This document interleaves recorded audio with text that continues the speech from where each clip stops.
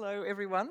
Welcome to this session. I think it should be a terrific session. I'm Geraldine Doogue, and I'm to facilitate these three august gentlemen.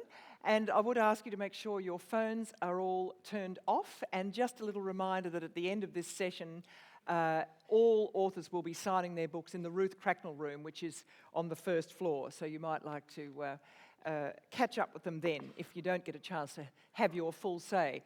And those of you who are used to this venue know that there are 2 mics down there and 2 upstairs. And I've put 2 questions to the 3 of them. They've just revealed they didn't see them, hadn't any idea, so we'll wing it. And we'll have a bit of a chat, and then I'll throw it open to you for questions, and we'll aim to be finished dead on 12:30. And so when we do get to the questions, the lights will come up and I'll be able to see you at the different microphones. So that should be terrific. So welcome to the land of the fair go, or the land of no-go. Has Australia lost its soul? Does it matter if our national identity is a reality or a myth? Nothing if not a broad topic. So I took the liberty of trying to harness it a bit. I will, of course, yield to our esteemed author's interpretation and follow them into dark corners if that's where they wish to go. But being a rather optimistic sort, and with this sort of fabulous weather, I might guide them to some brighter corners, whether or not they wish to go there, and we'll see where you choose to take them. I've always been very keen to explore myths, implicit and explicit myths, that contribute to a nation's people's general view of themselves. And our chosen emphasis on egalitarianism has always interested me in terms of what happens if real gulfs do open up to a people who do prize egalitarianism. What is the consequence? I mean, the Americans have their log cabin to president myth, but that's not exactly egalitarianism at all. And the UK is governed much more, I think, by a sense of history. So that again, if things start to open up, maybe you could argue that the impact of fiddling with that myth isn't as great. I think ours might be Jack's as good as his master. My father always used to say, put yourself in Jack's place, not Jill's, of course, Jack's place. And I always liked that. But I've always loved the London Transport mantra, mind the gaps. I've always just found that. I really have. I think it's an inspired little mantra. Mind the gaps, mind the big gaps.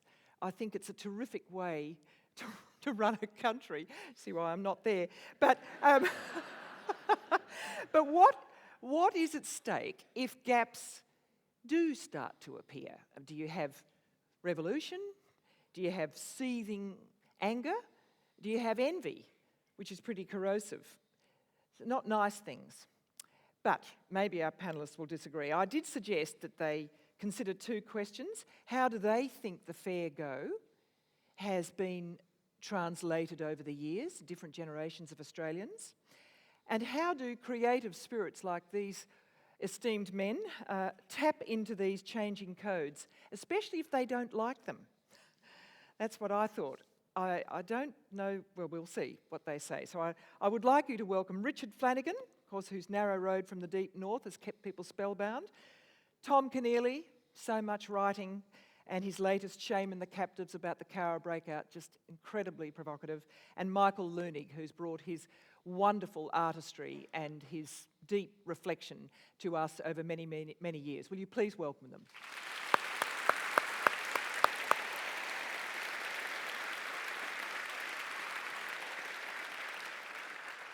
So, Tom Keneally, how would you answer that question that I, courageously posed? How do you think the fair go has been characterised over the years?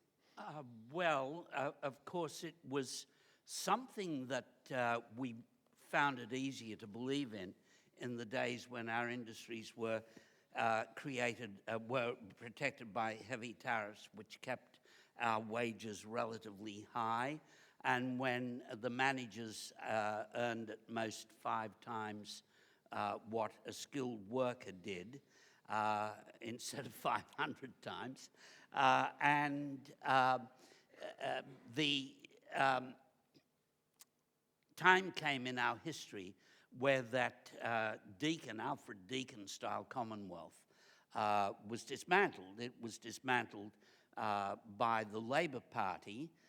It probably had to be dismantled, although it's probably unpopular to say that. It was dismantled in the name of innovation, and now after all these years of fairly raw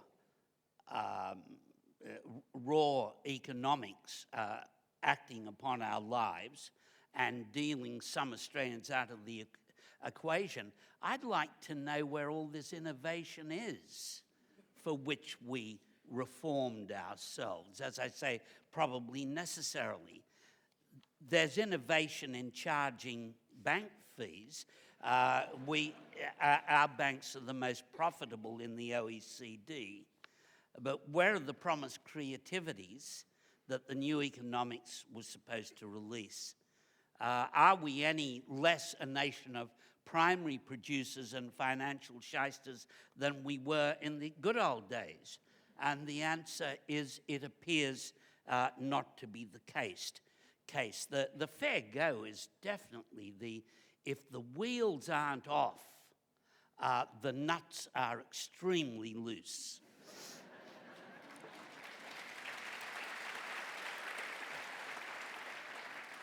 Now, everyone is blaming the latest budget for giving us in stark terms what the new economics means. Mind you, saying it's the new economics, thank God our politicians are only just catching up with it, as Piketty's book on capital, which questions everything that our politicians believe in, both Labor and Liberal, but in a slightly kinder way. In the case of Labor, a slightly more muted way. Thank God his book is coming out. But here's something about equality in Australia. I was reading Laura Perry of Murdoch University in preparation for this, because I thought we had to make a stab at being scholarly, Geraldine. Oh gosh. You disabused What on earth gave you that idea? You disabused us of that in the green room. But I'll stop you being too scholarly for too long. Yes. well, she says her research shows the average level of achievement of a kid in Australia in a low socioeconomic status school is roughly 3 years behind that of a high social economic status. I hate using those buzzwords like socioeconomic, but there you go. We'll call it SES, socioeconomic status, in a high SES school. But on top of that, Australia is one of the leading 3 OECD countries in terms of creating a difference, a drastic difference between the resources, between privileged high schools and low socioeconomic schools. The other 2 who have beaten us into 3rd place are Chile and Mexico. So obviously our glittering and fluctuating economy demands that there be Australian underclasses in terms of education. And for the first time in our history, we are beginning to accept that should be so. That governments would rather we spend our own money on bars and alarms and security guards to protect us from the alienated than to create a just society of the kind we were raised to. Can I just ask you to just do a couple of more minutes and I'll go to Richard? A few more minutes, yes. I can feel a thesis coming on. Yeah. Oh, geez, you ought to see the whole damn thesis thing in here. The MA honours. No, I'll be quick. How can you say Australia is equal when, if since the 70s the wages of the bottom 10th have gone up 15% and the wages of the top 10th by 59%? if, as Garrison Keillor tells us, all the children in Lake Wobegon have above average intelligence, do we have to believe that all the CEOs of Australia have a 49% reach of intelligence on the rest of us? In Australia now, the top 50 people have the wealth of the bottom 2 million. The top 3 people have the wealth of the bottom 1 million. If I am told that my vote is worth the same as one of those 3 top, then I know it's a fantasy, sadly, but my vote is nonetheless precious because it's what I've got, and it is my tiny lever to move the big rock. Tony Abbott's been honest about this since 2003. The other thing we have to face up to, he said, is that in the end, we have to be a productive and competitive society, and greater inequality might be inevitable. I refuse to accept that the machine of the economy is something that out-trumps society. As Denton says, I grew up living in a society, now I live in an economy. I do not accept that, despite all the rhetoric to the contrary, that government is disabled from the economy, by the economy, from delivering the old equalities, the minimum dignities, which we never quite achieved, but which at least we believed in.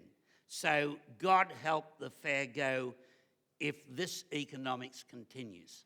Right, thank you. Sorry, mate. Took your time?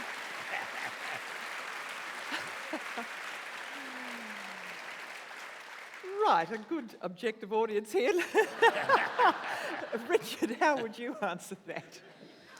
Well, frankly, I don't know, but I would begin by saying it is for me the greatest honour to sit here between 2 of my heroes that I've held in the highest esteem since I was a child.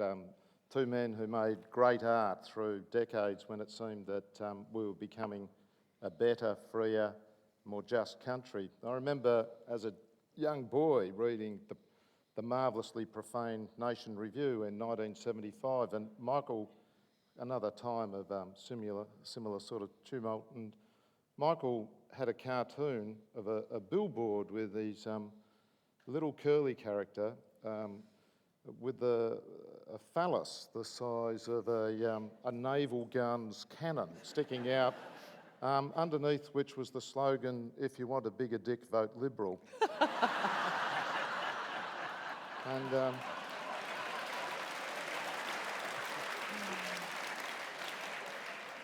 And I think too much has been unfairly said about broken promises, because on that one, 4 decades later, they have really delivered.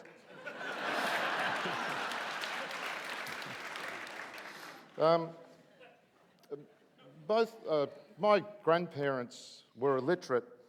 My books, for better or worse, are sold all over the world and read all over the world.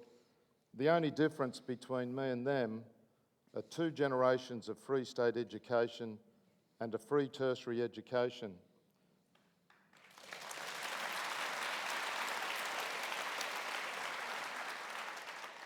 Would those books exist if this new Australia that's being created in the latest budget comes into being? Probably not. The losses of it are far greater than the cuts proposed. I pay my taxes so that there is equality of opportunity in education, so the sick can be made better, so the old can live in dignity, so those who have the ill fortune to be out of work can be cared for and live with dignity.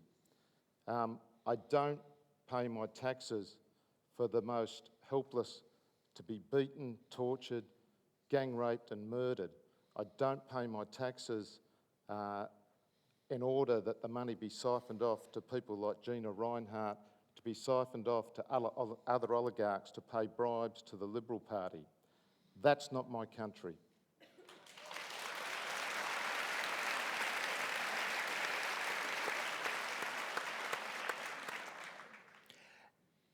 you don't, that's what I think is a challenge for, like Dickens also loathed what his society was becoming and he tackled it. That was the nature of his artistry. Now, is that what you see yourself now doing? I mean, is that what is open to an artist like yourself, to really critique this society that you clearly hate the thought of? I don't hate Australia, you know. Michael and I were walking here today just thinking how beautiful the day is, how much is marvellous just around us. A few blokes fishing at the end of one pier, lucky buggers. You know, I have certain, you know, opinions, as everyone does, but it's not the role of art necessarily to be political. I think, you know, if you want to send a message, send an email, you know. Kafka, who wrote more presciently than almost any about what the horror that was coming in the 20th century, famously observed in his diary on the day the First World War was declared in 1914. Morning, war declared, afternoon, went for a swim. I think that's the balance you want.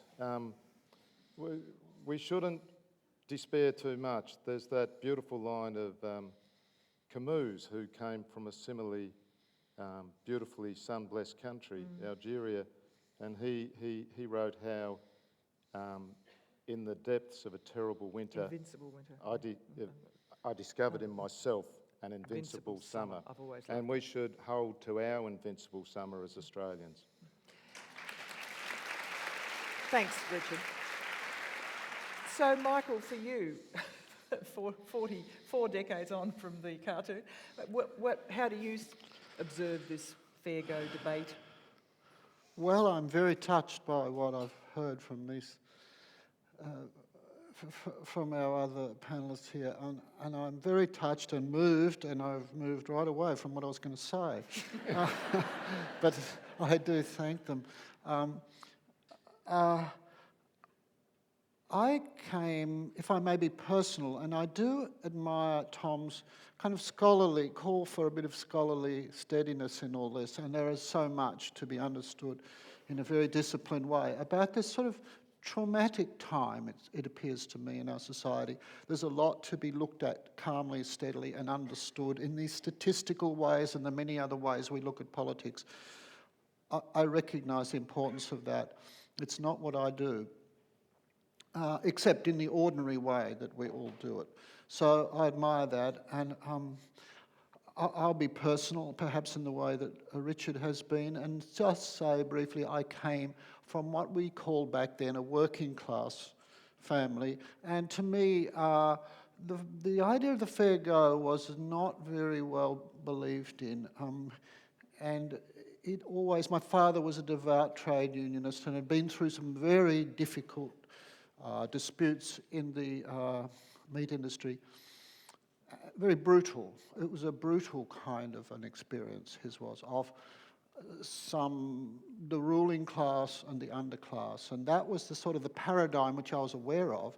It wasn't bitter or victimhood sort of stuff, but it was very real. So the idea of the fair go was always spoken with a bit of a smile and a knowing look, but not a wink, of course. So I grew up sceptical about that, and sceptical as I am sceptical about the Anzac myth and many of these mythologies, you know, the U-Butte country or whatever, they're all mysteries to me. And I take them a bit with a grain of salt or sand or whatever. But I want to say something else too, which is quite feral in the midst of this very serious topic. And we talk about disparity, we talk about a gap, all very sad. And for me, at my age, very shameful. Shameful, I feel somehow complicit in this thing that has happened.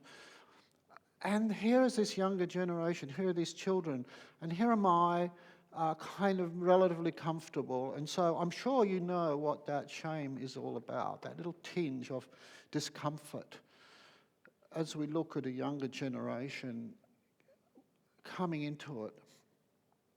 I didn't expect to have that sort of shame at this point in life. So, but the feral thing I want to introduce when I think of gap and disparity and the widening gap, now this is quite a jump away from what we're talking about, is the gap, and I don't expect you to follow me here necessarily. I just feel I must say it, and it's not so sensational, is the gap between this culture, these human beings, this human culture, and nature. I think I have watched in my life this growing disparity, this growing alienation and distancing and lack of understanding between the ecosystem and this conceited human culture that we all are. It's all about us all the time and our politics, as it must be. But I find this is so inadequate. And if we are to understand this political situation, we must see even bigger than that, and how we are living, and how we have lost connection to the eternal laws of nature, and how it's a very real thing. And I look at the political language, and I see this unnatural language has developed. And part of the subject was, has this country lost its soul, or is it losing its soul? I think you can't talk about soul unless you talk about spirit of country or the soul of nature and our interwoven connection with it and the consequences of being alienated from that.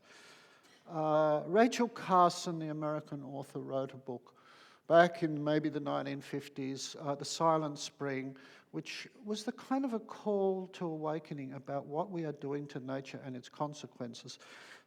The dying of rivers, the dying of forests, the disappearance of the birds, and the consequences to humanity and to human nature. This thing we disown in ourselves, because the political world is underneath all that rhetoric and that cleverness and that cunning. There is human nature playing out, and it's primal stuff. It's very primal, and its motivation is subconscious often, and quite fiendish, and quite ridden with ego and pride and greed, etc. All the things we have within us. And I think if we're to understand it fully, we must understand it in these terms also. And I think some connection to nature, a recognition of our part in nature is a really important step in understanding what is going on with Tony Abbott or whoever. And that there's an ecosystem we're talking about there, not just an economy, not just a society of humans, but a society of all life and eternal life, etc. So that's my point of view, and that's what I feel. I feel this gap, as I said, rather shamefully and sadly that I see, and I'm caught up in it. But I think it's a lovely balance to understanding that is a bigger picture. And the joy of that, this joyless society we seem to have become, so angst-ridden. And I think we pursue pleasure, but we do not understand joy. And so I think this is important to this discussion of the disparity. And I'm not sure that I know any more than that. I'm not sure how that plays out, but I'm convinced that it matters.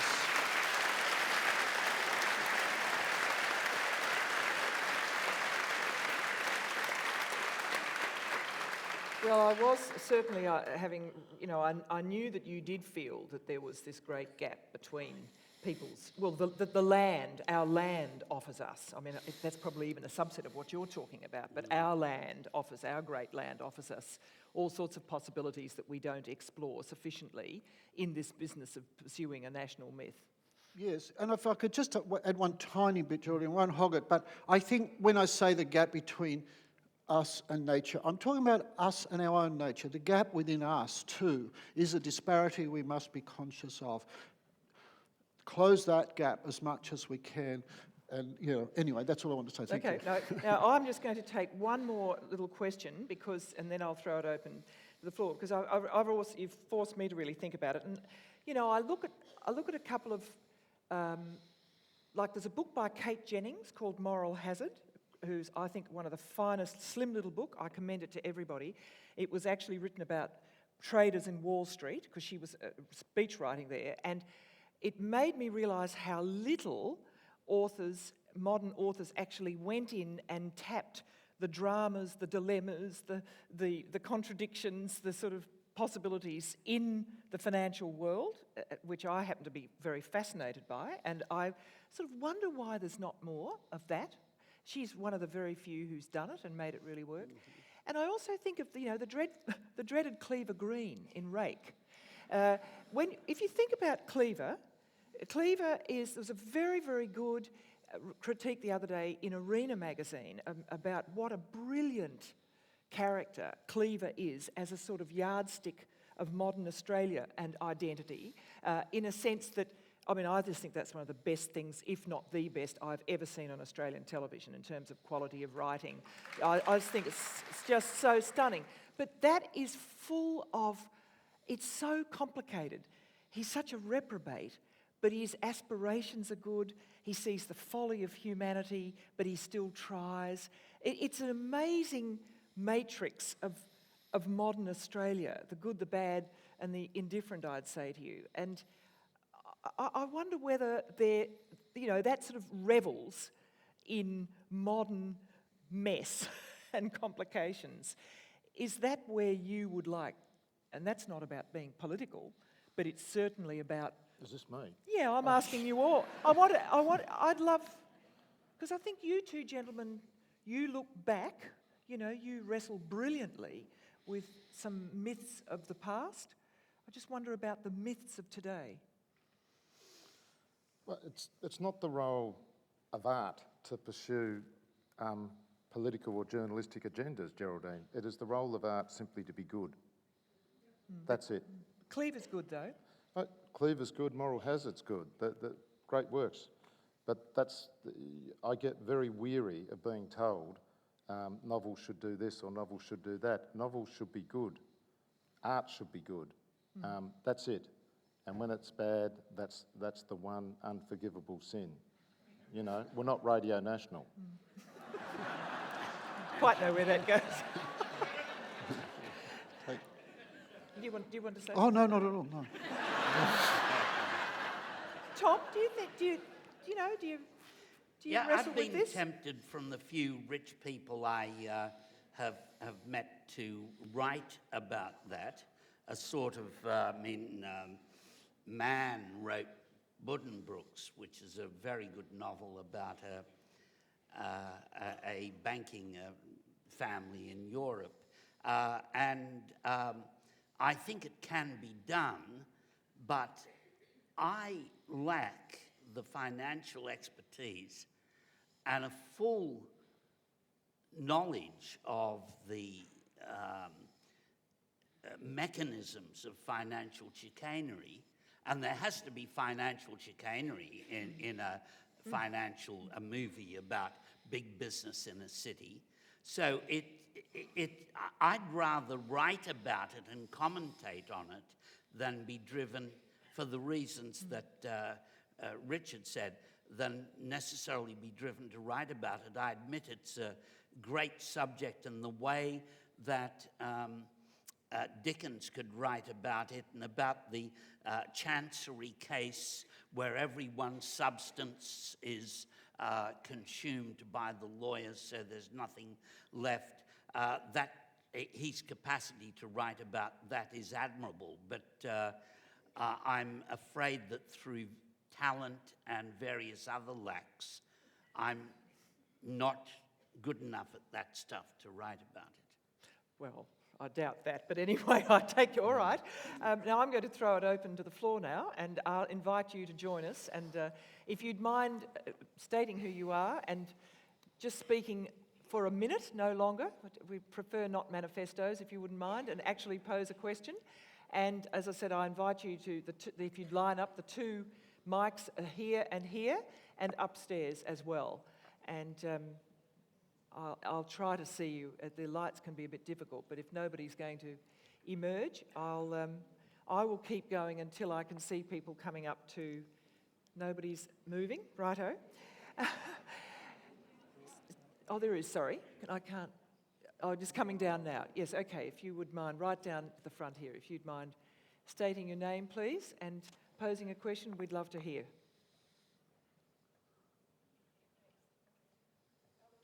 rather nervous. My name is Danya. I'm not Australian born. I was born in Finland. Just closer to the mic, if you wouldn't mind. A little bit closer. I'm not Australian born. I come from Finland. And I've always been extremely equivocal about this idea of the land of the fair go, because from my experience it really hasn't existed, or you've been made to feel extremely aware that you are sort of experiencing it in a very patronising way. I've been told repeatedly until, this age, in my mid-50s, that, dear, don't you speak English well for someone born overseas? And I couldn't agree more with Mr. Leunig that I think a lot of Australian experience is the mythology is the thing. The mythology is a thing that's put on a pedestal, and our care for the environment, our care for each other, our care for the Indigenous people, it's shoved under the carpet. It does not really exist. If you look back at the realities of our history, the realities of our experience, they don't contribute to the mythologies that are raised as significant. So it's a very brittle mythology, yes. you think? I just wonder if there is a response to that. I know Mr. Flanagan writes brilliantly about Tasmania experience, the Indigenous people. I just feel there is a lot that is misplaced in our hearts, and it is put under the carpet. Do you want to take that up? Yes. As you're speaking and you mentioned Aborigines, etc., I was thinking one other part of this society which I think is being denied a fair go. And that is the children. I do believe that we have developed a system of child raising increasingly which is in denial of their needs. It saddens me that children are not as free as they were to move about, to have nature, to have space, to have the attention and recognition of their individuality. I think the education system, by and large, the state system at least, seems to be getting them off to this kind of intellectual start. They're meant to be little mathematicians at the age of 6. And I think there's some creative, warm part of their playful beginning which has become too compressed and shortened, and they are cooped up in front of screens, etc., etc. That disturbs me deeply, because that is the society of the future, and I think that is a group that is not getting the fair go psychologically, emotionally, and they have no say in it, and they cannot speak back to it. And we accept it because it suits us and it's convenient. So that comes to mind from what was said there. And the mythology is that we love our children. Would you care to... Yeah. Well, we do, of course we do in part, but perhaps there's something being neglected that is profoundly serious. Tom? Well, the fair go really never existed, but insofar as there was equity in Australia, and there was equity because he got to university and became a Rhodes Scholar and a brilliant writer from a standing start, more or less. There were instances of the fair go. It was a prayer for equity amongst us all. It never really existed it never existed to the extent that we believed it did. And you're quite right, it didn't include wogs were very reluctantly let in under its skirts. But I would rather have a society in which it was a prayer than a society in which it is utterly denied. We're really in trouble when it's utterly denied. And the other thing, Michael, your concerns, I think if the economy is all, it creates a you've got to be cruel to be kind sort of mentality that we're seeing now.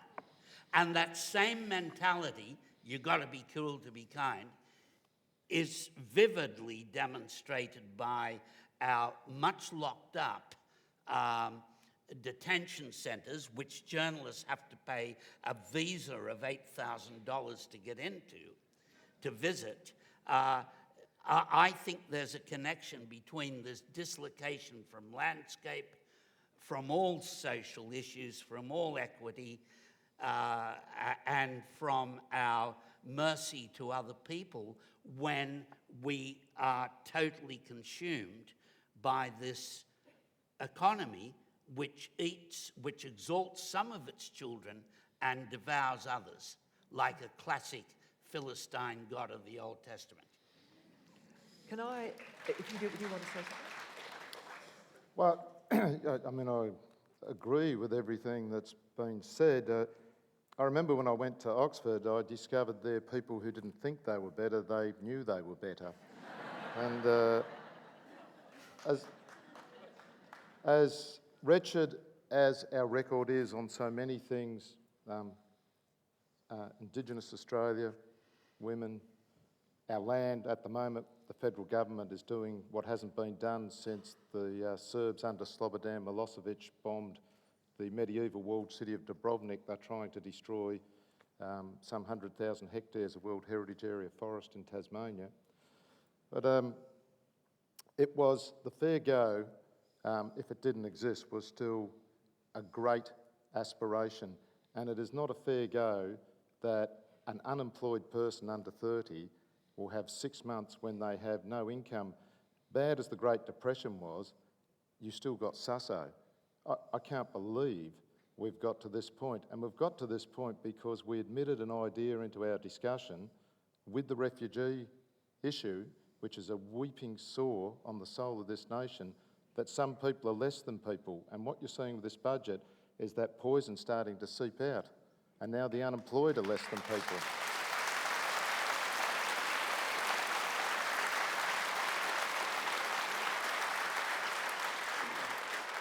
I think we are beginning to reap a very bitter harvest. And in some sense, and it relates to what Michael says, in some sense, we're all guilty, you know, for what has happened. Okay, up there, 1, 2, and then I'll come down. Yes. My name's Joy Goodsall, and I wanted to talk about the refugees as well. So Tom brought it up, and I'm pleased that he did. But I really am getting to a stage where I find it very depressing in my life to know that on Manus and Nauru and in Christmas Island, those people are being told that they're never going to step a foot in Australia. They have to go back or go and live in other very underprivileged countries. And I'm not going to make a speech about it, but what I wanted to say was, how come so many good people try hard as they can to bring a resolution to this, and what we have is governments who want to go lower and lower in moral standing. I heard this morning, and I might be wrong, that Syria, there's a Middle Eastern country, has 850,000 refugees. That's Jordan. It's Jordan. And we have 250,000 or 25,000 locked up, and they can't even give those children education. So what do you want to... So my question is, how did we get to this point with these, and how are we going to change it so we have an act of grace to let those people stay? And please think about strategies and what you're going to do when you go home, because you've got to do something. We can't let this happen. We can't have those people sent back. Okay. Now, what I'm going to do, I'm going to take a couple. So I'll take this, ladies up there, please. Hi, I'm Carol Detman, and I'm afraid that lady stole most of my thunder. What can we do? That's really the question. I think the tide is changing. I think what's happening on Manus is changing the general population's feeling. I think there's more sympathy. I'm going to go sit under my tree with the duck, Michael, because that'll maybe help heal me. But what can we do? When Tampa happened, I wrote a vicious and very intemperate letter to the Prime Minister, and I got a letter from him back saying, "Thank you for your support." Thank you. Is yours a different question? Yeah, it is. Okay. So why isn't that argument that clearly has got a lot of sympathy, why isn't it being won? Well, I think we've been, as my theory is that one of the factors is that we have been desensitized to inequality of treatment over a number of years, and it makes us easier to be desensitized, therefore, to the refugees. And it's very interesting that we must balance the budget, but there is one thing that's more important than the economy. I mean, they say we must balance the budget. I don't believe that. One thing that's more important than the economy, and that's ethnic hysteria. And we could save 1.9 billion on Manus Island on Nauru in the next 18 months. We could save over 2 million on Manus Island. And that's an annual fee. Christmas Island, hard to estimate, but we know we could send every asylum seeker on Christmas Island to Yale or Harvard on what we're spending there to... But Tom, to make Serco rich. So there is one thing that's even more important than budgetary considerations, and that is hatred of other members of the species Homo sapiens. But the support for the immigration program is there. It's the refugee that is the issue. Now, isn't that a sort of an interesting? Isn't that an important thing to grasp? I'm sorry, the distinction? Well, the distinction is that the Australian people do appear to support rising immigration numbers, which are perceived to be a formal program.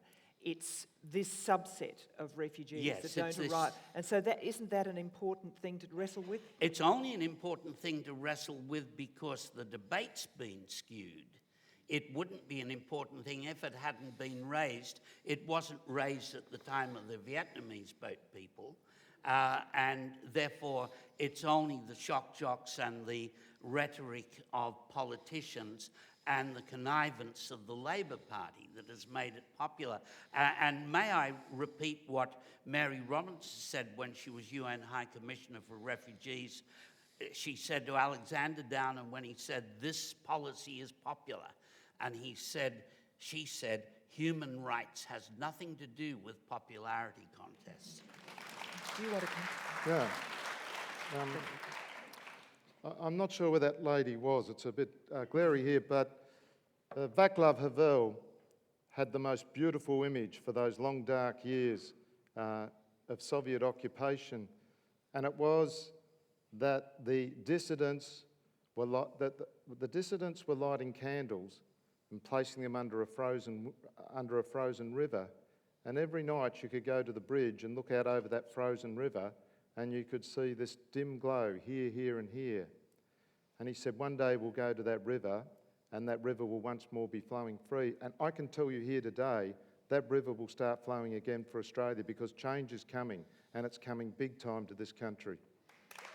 Bravo. do you want to say something? Guaranteed? Well, yes. I believe it. Thomas said something there about hatred, that eternal problem of hatred. And I do think we have to recognise that under this, all this so-called the myth of a friendly country and good blokes, etc., there must be some kind of, I spoke about this yesterday, some sadistic quality and some quality of hatred going on.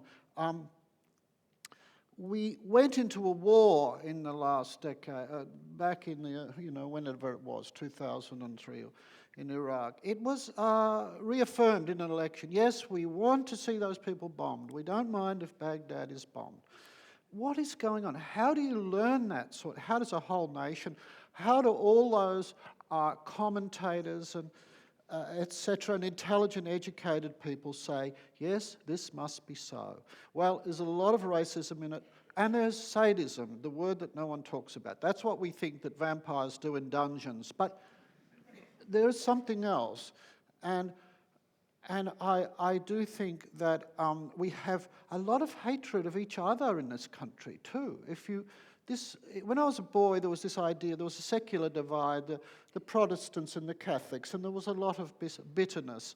and it was silly and absurd. I couldn't understand it. Now it appears to be the left and the right. If you were to read the newspaper, the savagery of columnists and intellectuals and writers have divided us into two, and it's as if we are divided along these lines that I can't really understand. And what is that about? Except there's a lot of frustration, a lot of anger, a lot of hating of that other. Fear? Fear and anxiety. So I think we've got to recognise also there's something that this modern world has turned us into a little bit. It was always there, of course, but it's not improving, I don't think. I think there's a lot of residual fear and hatred. Not express that, because we're too polite. We've learned the good language. We don't say we're hateful or sadistic, but we must examine the extent to which, what is this bitterness and this acrimonious tone in Australia now? This spitefulness in the public debate. What is this spitefulness? I don't quite think this is going to help us. And I don't think the river will be melted anytime very soon, Richard. I really don't think the river will melt and flow. Just Richard, what were you going to say, Richard? Well, only that I think Michael's completely right, that a lot of this is about something dark within us. But I think politics on both sides, left and right, ran out of vision and hope, and they started preaching to what was darkest within us and divining what was darkest within us to try and keep their power. But I do feel now that there's a collapse of the moral authority of the political establishment and of the spruikers around it in journalism, and I think people are looking elsewhere. It's a time of great flux. I lived in Tasmania through some dark times, and I have seen when everyday people, too easily dismissed as everyday, keep on just standing up for what they believe in, change the world for the better. And as I grow older, I grow more and more to believe that the world does move to a better place because of the small acts of kindness and the small acts of goodness. If we look to politics, if we look to power, it's always a story of despair and darkness. But if we look to each other, to our friends and our families, we find countless acts of goodness and the world slowly becoming better. Do you mean you stand back from politics? I just think politics as it exists now is our problem. I don't know what the answer is, but I'm also saying there's too much focus on it. The media is obsessed with it. They've turned it into the ultimate sort of reality show, and underneath it, the change for the better is never given publicity. Okay. Now I'm just going to take a couple. I'm sorry. Yes. Yeah. My name is Reg Wilding. I'm a veteran of the Second World War. I served in the British forces, and my generation, when we came back, thousands of us voted against Churchill, and we voted for peace. Since I've been here, I've followed the history of this country, and I was really impressed with our attitude to the First World War when Billy Hughes could not get a referendum for the war. You'll notice in the last budget, there was a cutback on everything, but not a cutback on war. That was still there. So I think that's one of the issues, I think, that we've got to tackle to get back to the fair go, because it is war that creates this enemy and bitter hatred against it. I'm reading now the biography, the war of the invasion of Italy. I was in Italy, and we were taught then that everybody had to be killed on the other side. I think it's our attitude to war has to be there to get back to fair go. Thank you. Thank you very much. Thank you. And I'm going to take, I'll come to, because obviously Tom and Richard are very interested in this. Yes, please. My name is Anne Long, and I live in the Illawarra rainforest. But coming up to the Writers' Festival is good brain food. I want you to reflect. It's very hard, having heard your reflections while I've been standing here, thinking you may have answered the question. But there is another disconnect. Have you got any solutions, or have you got any suggestions particularly from Richard's point of view of hope, as how we can link these social problems, which I'm beginning to be tired of and not want to hear about, the asylum seekers and everybody else, because it won't matter when climate change really gathers force, which it is right now. You're all enjoying today out there, but today is a summer day. Why? Climate change is upon us. We are not actually reacting. We're very clever, we could react very quickly. Have you got any reflections on how we turn this into a war issue? If we were on war footing, we'd really react. And I'll just take one more and then we'll come back to the panel. Yes, please. Hi, my name's Laura. I've written down my question because I'm not articulate. So I want to talk about the future that we're describing here, because it seems like a doomed trajectory at the moment. We're having comparisons to the Soviets and also to the Great Depression. So what do you see when you look into the future? In a land that is no longer a society and has become an economy, how can we change for the better when we are told that the only power we have is purchase power?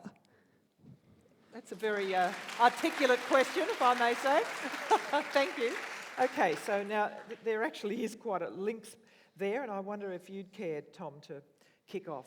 And just a reminder, geriatric, what the first question The first was about attitudes to war, the gentleman Yeah. who'd been in Monte Cassino. Yes, in Italy. indeed.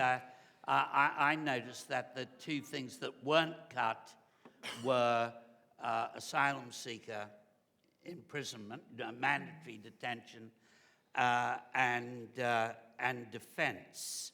And they speak for they speak for the philosophy of a modern government influenced by this economics. But when it comes, as the man rightly said, when it comes to hope, I hope that Richard's right, and I see occasional glimpses of it. The fact that you're all here probably means either that you're friends of Gerald Henderson's or you're cheesed off. You can see we're headed in a baneful direction. And I see signs of hope there. The globalization has delivered huge rewards to many people, but it's dealt other people out. And it's starting to deal out the children of those who benefited from it. And I know an American commentator who says that the new generation of activism will go back to social democracy, to a managed economy. This is in the US.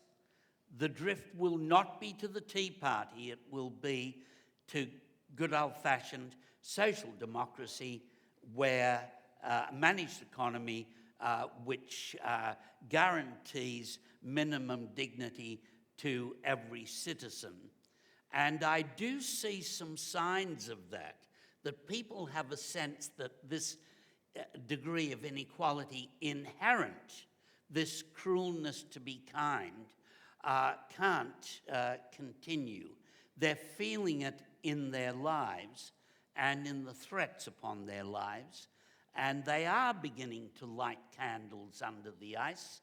And so I hope that our great prophet Leunig, he's a very hard horse to bet against, but I hope the cult from Tasmania is Tom. the raw import is on the good oil. Now, Can I say something? yeah, certainly. I had a lovely conversation with Michael walking here and about hope, which Michael feels doesn't exist, and mounted good argument. No, mounted very good arguments. He was talking about how the Buddhists don't believe in it. If that is true, I'm not sure whether it is or not, but I think nor is despair. I don't believe in doom. It's always 5 minutes to midnight. I've got a very depressing book in my library called at a Dark Time, which is a Faber anthology of poetry from 1980, when everyone felt the Cold War was about to reignite and everyone was going to get nuked. There's always dreadful things, but there is also always just the joy of the day, the beauty immediately around us. And I would just urge everyone to take immense pleasure in that, but don't give up, and you don't have to agree, and I do think the world gets to a better place. Now we've got 2 minutes, Michael. Yeah, that will do.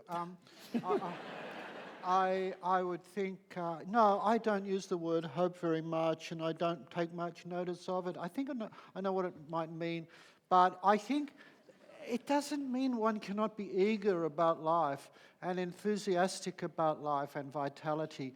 And I believe in kindness more than I believe in hope as a force of kind of generating a way forward. You know, these old things our grandparents told us about, you know, well, they said faith, hope and charity, but it must be remembered that Tony Abbott has a lot of hope, and it's not necessarily, it can be a delusional thing, but very delusional, and soon it becomes an ideology. Your hope turns to an ideology, and then it turns to a power lunge, and you know.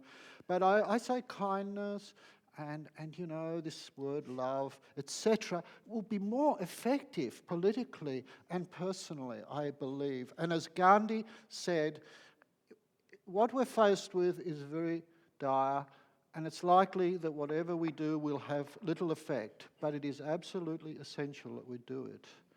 I think those are very wise words.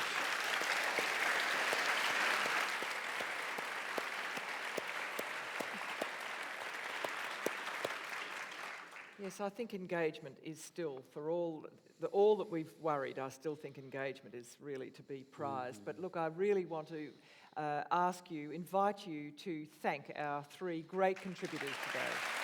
Thank you. Thank you.